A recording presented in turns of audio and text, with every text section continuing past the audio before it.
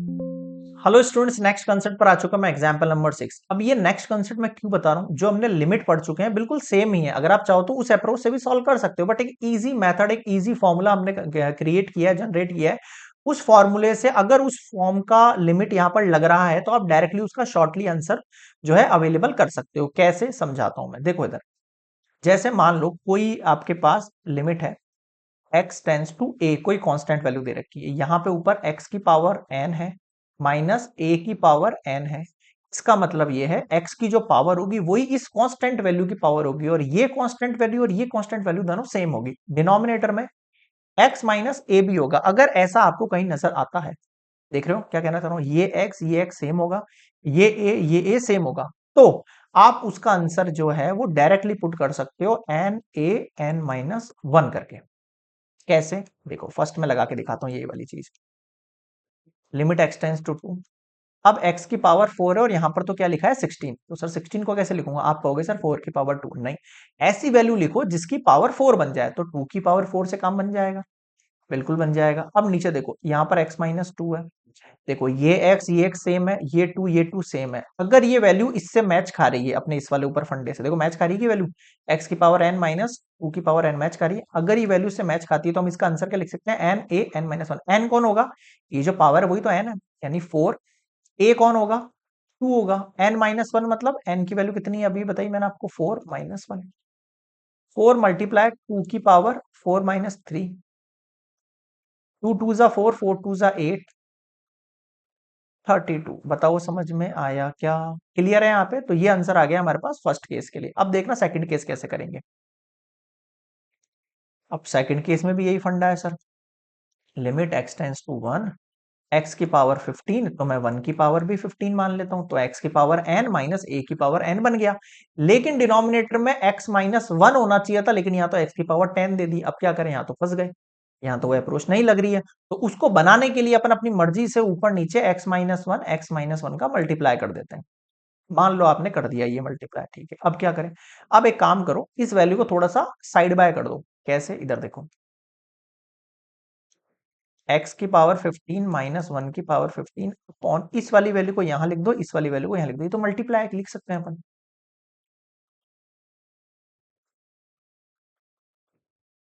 अब ये वाला जो फंडा है ये भी तो आपको इसके जैसे ही लग रहा है, लेकिन ये थोड़ा उल्टा है, थोड़ा सा उल्टा है। अगर मैं इसको डिनोमिनेटर में लिखूं, मान लो ऐसा, मैं इसको डिनोमिनेटर में लिखूं तो कैसे लिखूंगा? लिमिट को अगर अलग अलग करके लिखता हूं तो, है ना, देखना। लिमिट x टेंस टू 1, कैसे लिखेंगे डिनोमिनेटर में? x की पावर 10 माइनस वन, और ये x माइनस वन नीचे आएगा। मैं ऐसे क्यों लिख रहा हूँ, देखो इधर 2 अपॉन 3 है, अपॉन में 5 अपॉन 3 है। जब इसको ऊपर भेजते हैं तो सबसे नीचे वाली वैल्यू आ जाती है यहाँ पर, और ये वाली वैल्यू आ जाती है ना, वो आ जाती है यहाँ पर। मैं भी तो ये कर रहा हूँ। जब इसको वापस घुमा के लिखूंगा तो सबसे ऊपर वाली जो वैल्यू है उसको लिखूंगा सबसे नीचे, और ये वाली जो वैल्यू उसको लिखूंगा यहाँ पर। समझ में आया क्या कहना चाह रहा हूं मैं आपसे? अगर इन दोनों के अंदर अपन यही अप्रोच अप्लाई करें, अगर इन दोनों के अंदर अगर अपन यही अप्रोच अप्लाई करें अपन ऊपर फॉर्मूले वाली, तो देखो ये भी 15 है, ये भी 10 है। नीचे वाले के लिए आपका a कितना है? देखो 1 है, यहां भी 1 है। पावर कितनी है? n की 10 है, यहां पर पावर कितनी? 15 है। इन दोनों के लिए सेपरेट सेपरेट आप फॉर्मूला अप्लाई कर दो। समझ रहे हो क्या कहना चाह रहा हूँ? दोनों के लिए सेपरेट सेपरेट फॉर्मूला अप्लाई कर दो, या फिर पूरे को कंबाइन कर लो एक साथ, एक ही बात है। अगर ऊपर वाले के लिए अप्लाई करता हूं तो फॉर्मूला क्या होता है? N a n minus one. ऊपर वाले के हिसाब से चलो, इस वाले के हिसाब से, तो मेरा n कितना होगा? 15। a कितना होगा? 1, और n माइनस वन मतलब 15 माइनस वन। केवल पूरे नीचे वाले के ऊपर फॉर्मूला अगर अप्लाई करूं तो a की वैल्यू कितनी होगी? 10। a की वैल्यू, सॉरी, n की वैल्यू कितनी होगी मेरे पास? 10 हो जाएगी n की वैल्यू तो, ठीक है। a की वैल्यू कितनी हो जाएगी मेरे पास? a की वैल्यू 1 हो जाएगी, और n माइनस वन, n की वैल्यू कितनी हो जाएगी मेरे पास? 10 माइनस वन। देख लो समझ में आ रहा है? तो ऊपर 15 मल्टीप्लाई 1 बचा, 15 माइनस वन 14, 1 की पावर 14 1 ही होगा, और यहाँ पर कितना बचेगा? 10। 5 से कट कर दे, 5 3 जा 15, 5 2 जा 10। बताओ समझ में आया क्या? तो ये आंसर आ चुका है आपके पास 3/2। 5 3 जा 15, 5 2 जा 10। बताओ समझ में आया क्या? क्लियर है? ये हो गया आपका सेकंड पार्ट। अब देखते हैं अपन थर्ड पार्ट को। आ जाओ नेक्स्ट स्लाइड में, है ना, बिल्कुल आराम से फोकस करके समझना। देखो थर्ड केस क्या कह रहा है। ये थर्ड केस है, यहां पर भी सेम चीज ही लग रही है ना। Limit x tends to -3। भाई हमारा फॉर्मूला क्या था, माइनस के अंदर था, तो यहाँ तो माइनस है ही नहीं, तो बनाओ माइनस। कैसे बनाओगे? एक्स की पावर 3 हो गया, तो मैं यहाँ बाहर माइनस लगा देता हूँ एक, और अंदर में यहाँ पर -3, उसकी पावर 3 लिख देता हूँ। देखो मैंने क्या किया है यहाँ पे, फिर से देखना। अगर मैं -3 की, देखो इसको वापस अगर आप ओपन करो ना, तो ये चीज बननी चाहिए। ये कंसेप्ट कहता है -3 का क्यूब कितना होता है, 3 3 9, 9 3 27, नेगेटिव का 27, नेगेटिव नेगेटिव कितना हो जाएगा, पॉजिटिव 27 हो जाएगा ना ऐसा। ठीक है, अब नीचे भी यही चीज अप्लाई करो। एक्स की पावर 5 बाहर माइनस, और -3 की पावर भी 5, क्योंकि 243 कब आता है, 3 की पावर 5 में आता है, आप लोगों को पता होगा। ये भी वापस सॉल्व करने पे ये आ जाएगा। लेकिन सर एक गड़बड़ हो रही है यहाँ पे, क्या गड़बड़ हो रही है, फिर से वही वाली दिक्कत, मेरे पास डिनोमिनेटर में तो केवल एक्स होना चाहिए, यहाँ तो पावर 5 है, तो फिर से इसको मल्टीप्लाई कर दो ऊपर नीचे, x-3 x-3 से। अब देखो अगर आप ऐसे मल्टीप्लाई करते हो, तो मल्टीप्लाई करने पर क्या आएगा देखना। लिमिट x टेंस टू -3, मैं यहाँ पर कर रहा हूँ x की पावर 3 -3 की पावर 3 अपॉन x की पावर 5 -3 की पावर 5, मल्टीप्लाई इसको करूंगा x-3 से, और इसको भी करूंगा x-3 से। अब क्या करूंगा, वही सरका दूंगा साइड में, इसको इधर और इसको इधर। देखो limit x tends to -3, x की पावर 3 -3 की पावर 3 अपॉन x-3, ये क्या था मेरा फंडा, और इधर देखो x-3 अपॉन x की पावर 5 -3 की पावर 5। अब मैंने क्या सिखाया था आपको, इस वैल्यू को रिवर्स करके नीचे लिखो। कैसे लिखोगे, देखो limit x tends to -3, x की पावर 3 -3 की पावर 3 अपॉन x-3। फिर देखो लिमिट x टेंस टू -3, इसको अगर मैं एकदम नीचे लिखूं तो कैसे लिखूंगा, ऐसे लिखूंगा x की पावर 5 -3 की पावर 5, और बिल्कुल नीचे लिखूंगा x-3। बताओ समझ में आया क्या? क्लियर है ना कैसे लिख रहा हूँ, ये वैल्यू एकदम नीचे लिख रहा हूँ, तभी तो जाके ऊपर आएगी ये वैल्यू ना। सबसे नीचे वाली सबसे ऊपर आती है, तो उसको वापस मैंने सबसे नीचे अब क्या हो गया, फॉर्मूला फॉर्मूला क्या होता है, n(a)(n-1), सिंपल। अब आप इसको अप्लाई कर दो।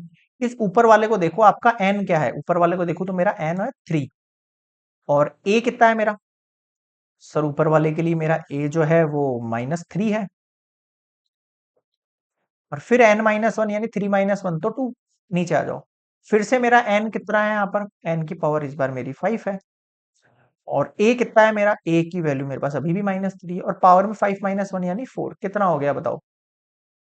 ये आपके पास हो चुका है। देखो इनकी पावर, ये 3/5 तो ठीक है, मैंने आपको क्या सिखाया था, यहाँ -3 है 2 टाइम, यहाँ -3 है 4 टाइम, तो ऊपर नीचे कट जाएगा, कितना बचेगा, डिनोमिनेटर में बच जाएगा। आप या फिर आप ऊपर लिख दो चाहे नीचे लिख दो, एक ही बात है। मैं इसको नीचे लिख देता हूँ। देखो क्या किया मैंने, -3 की पावर 2 टाइम है, और यहाँ पे -3 4 टाइम है, तो ऊपर वाले 4 टाइम से 2, 4 टाइम में से 2 टाइम कट गया, तो कितना बचा, 1/-3 की पावर 2। यहाँ ऊपर लिख रहा हूँ देखो मैं। अब देखो क्या बचा, ऊपर तो 3 बच गया मेरे पास, है ना, नीचे 4 था, 2 चला गया उसमें, 2 बच गया। नीचे क्या है, 5 मल्टीप्लाई -3 मल्टीप्लाई -3, यही तो बचा है मेरे पास कायदे से। एक 3 से एक 3 और चला गया, है ना, माइनस माइनस कितना हो गया, पॉजिटिव हो गया, तो 1/5 3 जा 15 हो गया। अब मुझे बताओ क्या समझ में नहीं आया, ये बाकी चीज हटा रहा हूं मैं यहां से, है ना। अब देख लो, एक 3 से एक 3 और चला गया, तो 5 3 जा 15 बच गया मेरे पास, 1/15 है आपका आंसर। कौन से वाले के लिए था ये, थर्ड वाले केस के लिए। क्लियर है क्या, थोड़ा सा दिमाग लगाओगे समझ में आ जाएगा कंसेप्ट। नेक्स्ट देखेंगे फोर्थ, नेक्स्ट स्लाइड में।